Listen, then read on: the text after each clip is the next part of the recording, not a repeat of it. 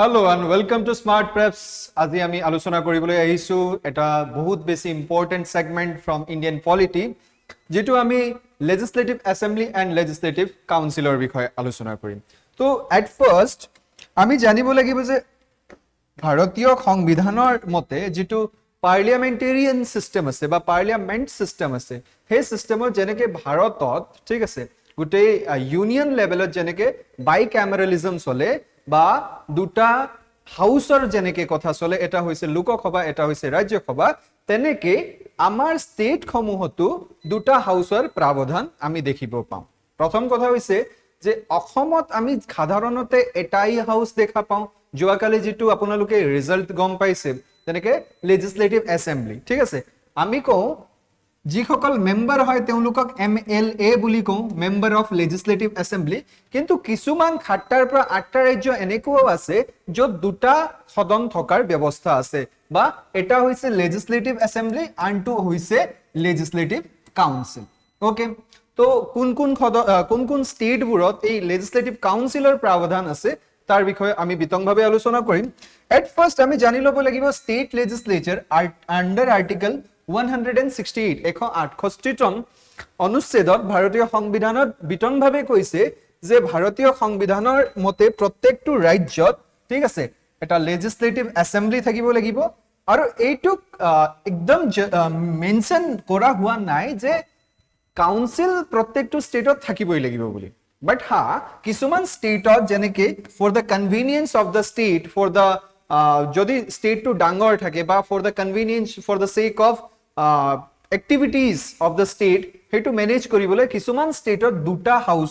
দুটা হাউসৰো প্ৰাবধান আমি দেখা পাওঁ। ওকে তেনেকে কিছুমান ষ্টেট মই ইয়াত মেনশন কৰি অলৰেডি দিছো। ফাৰ্স্টলি তেলেঙ্গানা উত্তৰ প্ৰদেশ মহাৰাষ্ট্ৰ বিহাৰ অন্ধ্ৰ প্ৰদেশ এন্ড কৰ্ণাটক ইয়াক যদি মনত ৰাখিব আছে মই শৰ্ট ট্ৰিক এটা তুম্বক T for Telangana U for Uttar Pradesh M for Maharashtra B for Bihar A for Andhra Pradesh and K for Karnataka. These are the bicameral state বুলি কোৱা হয়। Bicameral state মানে এই স্টেটবোৰত দুটা হাউস এক্সিস্ট কৰে। ওকে সো আমি প্ৰথম হাউস যাক আমি বিধানসভা বুলি কওঁ স্টেট লেজিসলেটিভ অ্যাসেম্বলি বুলি কওঁ তাৰ বিষয়ে আমি জানি লওঁ। What is the composition of the legislative assembly? What is the tenure? Who is the speaker who became the speaker for legislative assembly? So first আমি কম্পোজিশনৰ কথা যদি চাওঁ ভাৰতীয় সংবিধানৰ অনুচ্ছেদ 170 আৰ্টিকেলত ইয়াৰ বিষয়ে বিতংভাৱে বুজাইছে। আৰ্টিকেল 170 সাব ক্লজ 1 ত কোৱা আছে MLA should not more than 500 and less than 60 in the MLA should not more than 500 and less than 60 in the legislative assembly মানে এটা legislative assembly এটা বিধানসভাত সাধাৰণতে 500তকৈ ওপৰত আৰু 60তকৈ তলত MLA হ'ব নোৱাৰে। ওকে MLA হ'ব নোৱাৰে। ফৰ এক্সাম্পল আমি চাওঁ অসমৰ টোটাল MLA সিট কিমান 126 মানে it is more than 60 okay and less than 500 ঠিক আছে। গতিকে আমাৰ এই ক্ৰাইটেৰিয়াটো অসমৰ কাৰণে ফুলফিল হৈ আছে বাট আমাৰ আৰ্টিকেল 170 সাব ক্লজ 1 এ কয় a state assembly has not more than 500 or less than 60 MLA in it okay কোনো ষ্টেটৰ ক্ষেত্ৰত এক্সেপশন দেখা যায় যেনেকে কিছুমান ষ্টেট যেনেকে সিকিম গোৱা মিজোৰাম অৰুণাচল তাত 60টাতকৈ কম সিট লেজিসলেটিভ অ্যাসেম্বলিত দেখিবলৈ পোৱা যায় বিকজ দা পপুলেশন যেটো কৰ্পাস হেতু সৰু থাকে পপুলেশন কৰ্পাস সৰু থাকিলে কিছুমান ষ্টেটত লেস দেন 60 MLA এলাউ কৰা থাকে। ওকে দেন মেম্বাৰছৰ কথা কোৱা হলে আমি ফাৰ্স্ট পাস দা পোষ্ট সিস্টেম আমি যেটো যোৱাকালি যেটো ভোট গণনা হল বা ভোটৰ ৰিজাল্ট আহিলে তাৰ আগত যেটো ইলেকশন হৈ গৈছিল ঠিক আছে এই ইলেকশনত কি আছিল যে জুনে ধৰি লও A আৰু B দুজন ক্যান্ডিডেট আছে A ভোটৰ সংখ্যা টোটাল ভোটৰ সংখ্যা হৈছে 100 A যদি 51 পাবলৈ সক্ষম হৈ যায় B এ তো আলটিমেটলি হাইয়েস্ট পালে 49 পাব লাগিব আলটিমেটলি A যদি যিমান সোনকালে 51 পাই যাব এ পাৰ্টিয়ে কিমান সোনকালে চৰকাৰ গঠন কৰিব পাৰিব এম আই ৰাইট এতিয়া যদি মই ৰিয়েল এক্সাম্পলকে ধৰি লম টোটাল সিট আছে আমাৰ লগত 126 ইয়াৰ যদি আমি 50% প্লাস 1 যদি চাও 63 ওলাই আহে 63 50% এতিয়া আমাক সৰকাৰ গঠন কৰিবলৈ +1 যদি আমি কৰি দিও 64 টা সিট লাগিব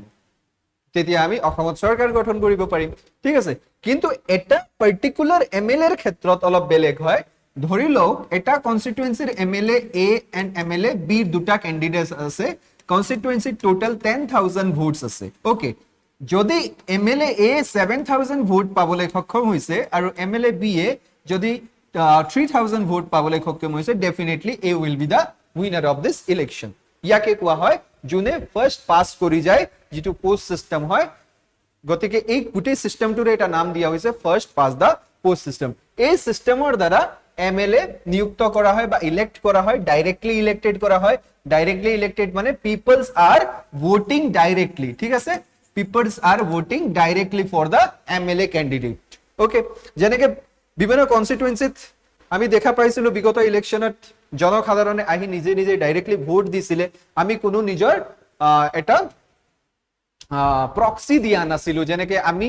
প্ৰেসিডেন্সিয়াল ইলেকশনেৰ ডাইৰেক্ট ভোট নিদিও কিয় নিদিও আমি নিজৰ প্ৰক্সি পঠাও দ্যাট মিন্স আমি এমপি ভোট দিও এমপিএ প্ৰেসিডেন্টৰ ইলেকশনত ভোট দিয়ে মানে আমি ডাইৰেক্টলি ভোট দিয়া নাই গতিকে আমি কব পাৰো যে আমাৰ প্ৰেসিডেন্ট গৰাকী ইনডাইৰেক্টলি ইলেক্টেড কিন্তু আমাৰ ক্ষেত্ৰত এমএলএ এৰ ক্ষেত্ৰত ইট ইজ ডাইৰেক্টলি ইলেক্টেড হ'ব কিয়নো আমি ডাইৰেক্টলি গৈ এমএলএ ভোট দিও গতিকে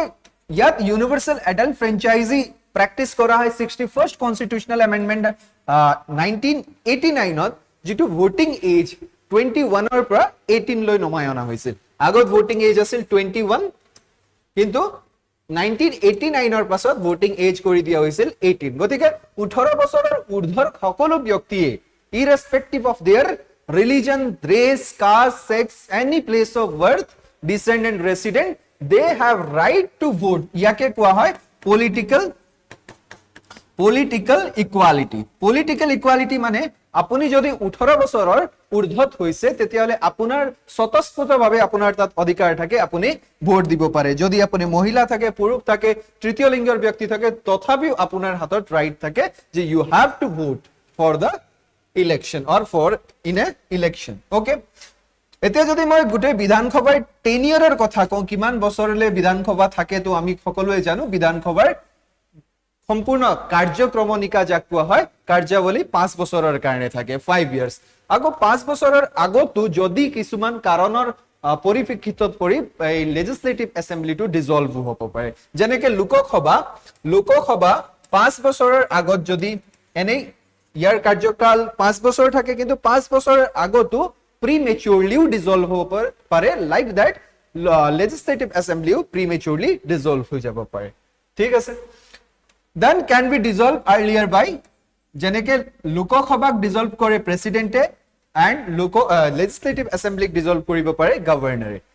during national emergency আমি আৰ্টিকেল জানো আৰ্টিকেল 352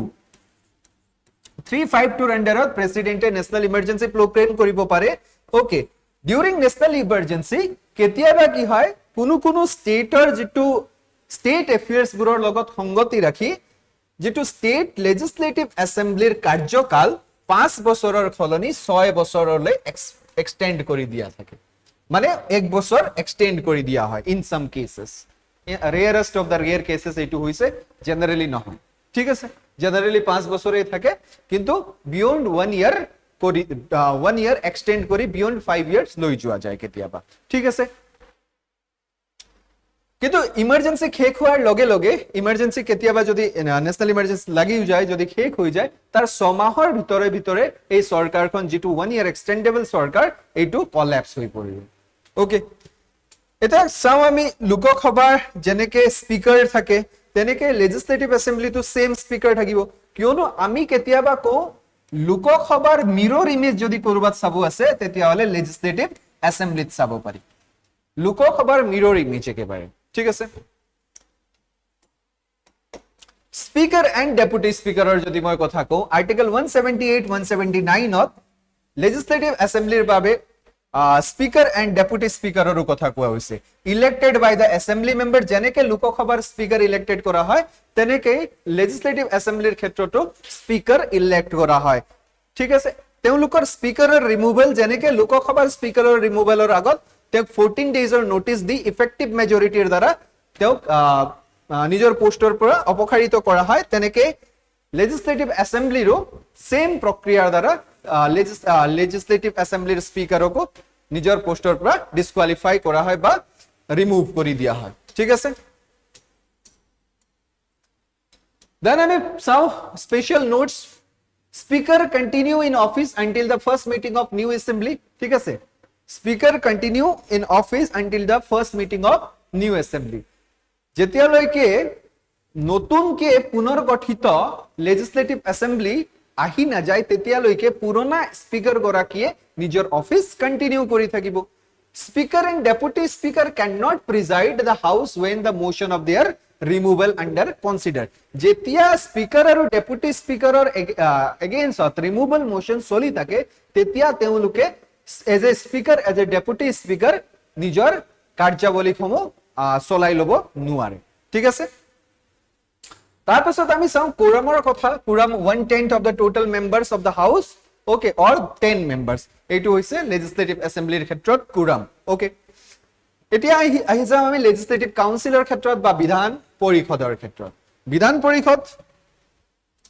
বিধান পৰিষদ ক্ৰিয়েচন বা এবলিশন আন্ডাৰ আৰ্টিকেল 169 কৰা হয় state legislative assembly এ এটা বিল পাস কৰে with special majority of 2/3 members present and voting plus majority of the house আৰু এই বিলটো কোত পঠায় পাৰ্লিয়ামেন্টৰ হাতত পঠায় পাৰ্লিয়ামেন্টে সিম্পল মেজৰিটিৰ দ্বাৰা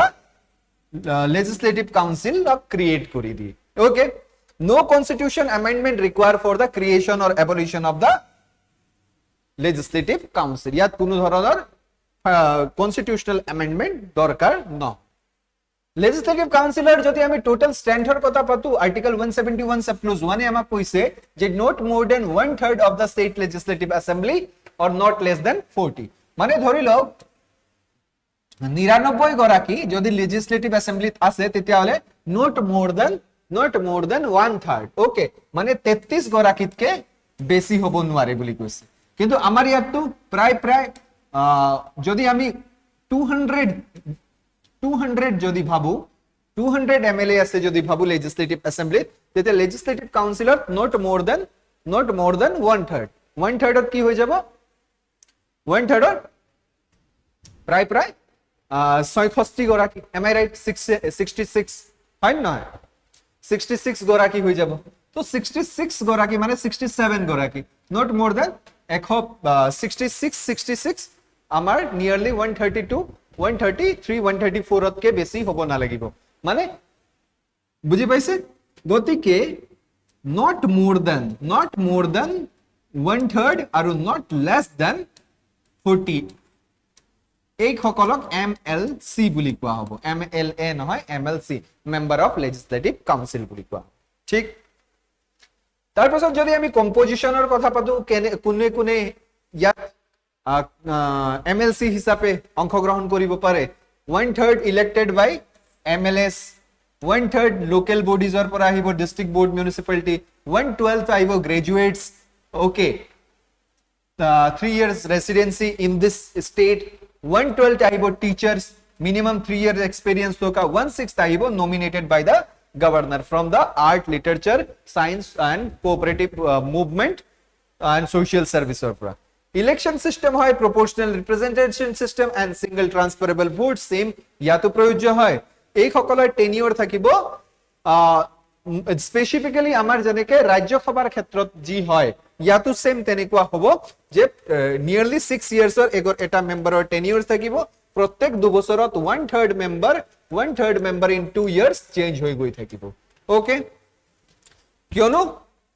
legislative council is a permanent house okay as qualification কি থাকিব স্টেট লেজিসলেটিভ অ্যাসেম্বলিৰ ক্ষেত্ৰত মিনিমাম এজৰ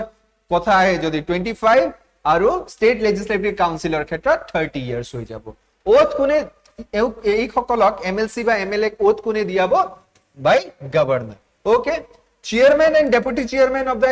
যদি লেজিসলেটিভ কাউন্সিলৰ কথা কও elected by the legislative council. Okay, members are removal same যেনেকে স্পিকাৰ or removal or কথা কোৱা হৈছে 14 days notice plus effective majority লাগিব salaries and allowances or যদি মই কথা কও decided by the state legislature MLC salary বা allowances কোনে ডিসাইড কৰিব